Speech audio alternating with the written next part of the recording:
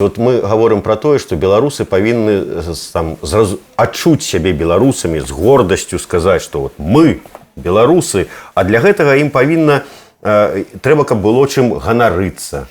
Павінна быць такая вялікая гісторыя у беларускага народа, дзе пастаянна беларусы гэта ўсё. І, можа быць, у нас зараз не хапае такой гістарычнай спадчыны, з якой мы можам паглядзець і сказаць, так мы ж тут ледзь не лепшыя ва ўсходняй Еўропе. Можа быць, нам не хапае такіх гістарычных міфаў, міфалогіі такой. І трэба яе стварыць?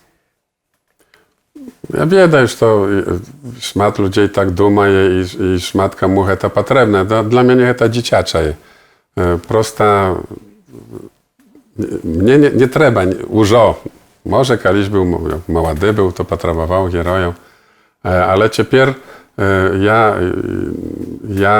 ja Białorus nie temu, że moje przodki jakichś wielkich, mieli jakieś tam wielkie osiągnięcia czy patrzyny. Prosto mój dziad był Białorusem, mój baćka był Białorusem, maci jest białoruska i to i ja Białorus. Ja przy tym nie liczę naszymi triumfami, wszystkich tych triumfów Wielkiego Kniastwa Litowskiego.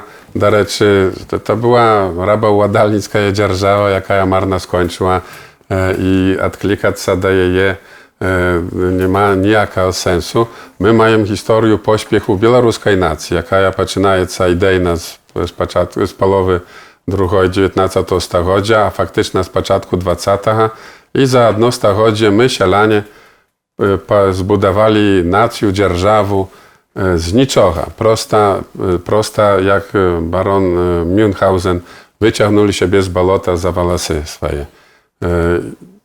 Kiedy poglądać, to wszystko to odbyło się przy życiu mojej babuli, jaka narodziła się przy cary, jeszcze u carską szkołę chodziła, a pomierała, kiedy Aleksandr Łukaszenka był już drugi termin prezydentem Białorusi, to to jest pośpiech. I tym trzeba honoryć, a nie перемога i najomnika u bitwie podworczej. A te Jedyminy i Mindaugi to proste okupanty u moim rozumieniu.